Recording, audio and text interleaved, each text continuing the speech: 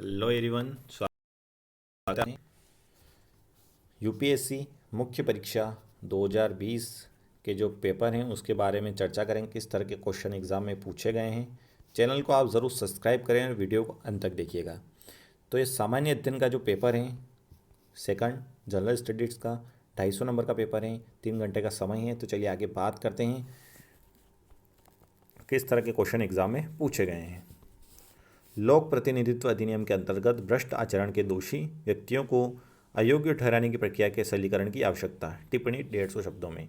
सूचना का अधिकार अधिनियम में किए गए हालिया संशोधन सूचना आयोग की स्वयंता की स्वतंत्रता पर गंभीर प्रभाव डालेंगे, विवेचना कीजिए। आपके विचार में सहयोग, स्पर्धा एवं संघर्ष में किस प्रकार से भारत में महासंघ को किस सीमा तक आकार दिया है? अपने उत्तर को प्रमाणित करने के लिए कुछ हालिया उदाहरण दीजिए।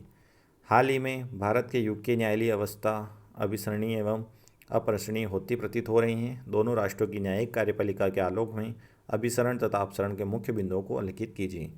एकदा स्पीकर सदैव स्पीकर। क्या आपके विचार में लोकसभा अध्यक्ष पद की निष्पक्षता के लिए एक कार्य प्रणाली को स्वीकारना चाहिए? भारत में संसदीय प्रयोजन की सुदृढ़ कार्यशैली के लिए इसके क्या परिणाम हो सकते हैं? 6 नंबर का क्वेश्चन है, सामाजिक विकास की संभावनाओं को बढ़ाने के क्रम में विश्लेषण, जरा चिकित्सा एवं मातृ स्वास्थ्य देखभाल के क्षेत्र में सुदृढ़ एवं पर्याप्त स्वास्थ्य देखभाल संबंधी नीतियों की आवश्यकताएं विवेचना कीजिए। आर्थिक प्रदर्शन के लिए संस्थागत गुणवत्ता एक निर्णायक चालक है। इस संदर्भ में लोकतंत्र को सुदृढ़ करने के लिए सिविल सेवा में सुधारों के सुझाव दीजिए। आगे बात करते हैं 8 नंबर का क्वेश्चन, चौथी औद्योगिक क्रांति डिजिटल क्रांति के दारुआव में ई गवर्नेंस को सरकार का अविभाज्य अंग बनाने में पहल की है, विवेचना कीजिए। 9 नंबर का क्वेश्चन है, कोविड-19 महामारी के दौरान वैश्विक स्वास्थ्य सुरक्षा प्रदान करने में विश्व स्वास्थ्य संगठन की WHO की भूमिका का समालोचनात्मक परीक्षण कीजिए। कोविड से रिलेटेड भी क्वेश्चन एग्जाम में पूछे गए हैं। अमेरिका एवं यूरोप देशों की राजनीति और अर्थव्यवस्था में भारतीय प्रवासियों को एक निर्णायक भूमिका निभानी है, उदाहरणों सहित टिप्पणी कीजिए।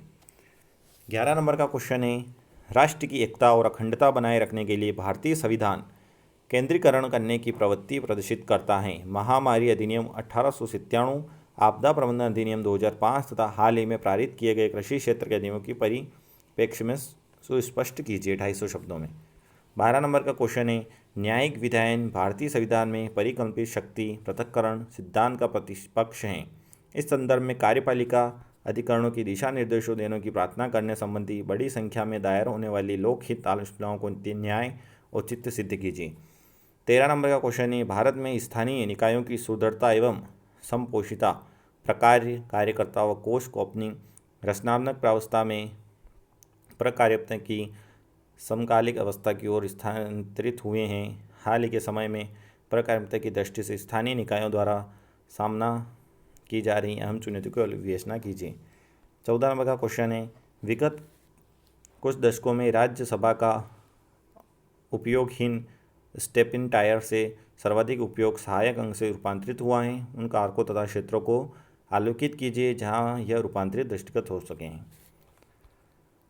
अगला क्वेश्चन है 15 नंबर का, एक आयोग के संवैधानिकरण के लिए कौन कौन से चरण आवश्यक हैं? क्या आपके विचार में राष्ट्रीय महिला आयोग को स्वाधीनता प्रदान करना भारत में लैंगिक न्याय एवं सशक्तिकरण और अधिक सुनिश्चित करेगा? 16 नंबर का क्वेश्चन है, केवल आय पर आधारित गरीब के निर्धारण में गरीबी का पतन और तीव्रता अधिक महत्वपूर्ण है। इस संदर्भ में संयुक्त राष्ट्र बहुआयामी गरीबी सूचकांक की नवीनतम रिपोर्ट का विश्लेषण कीजिए। 18 नंबर का क्वेश्चन है, सूक्ष्म वृत्ति एक गरीबी विरोधी टीका है जो भारत में ग्रामीण दरिद्र की परिसंगति निर्माण और आय सुरक्षा की लक्षित है। स्व सहायता समूह की भूमिका मूल्यांकन में ग्रामीण भारत में महिलाओं के सशक्तिकरण के साथ साथ उपरोक्त दोहरे उद्देश्यों के लिए कीजिए। 18 नंबर का क्वेश्चन है, राष्ट्रीय शिक्षा नीति 2020 धारणीय विकास लक्ष्य 4 2030 के साथ अनुरूपता में है। उसका ध्येय भारत में शिक्षा प्रणाली की पुनर्रचना और पुनर्स्थापना है।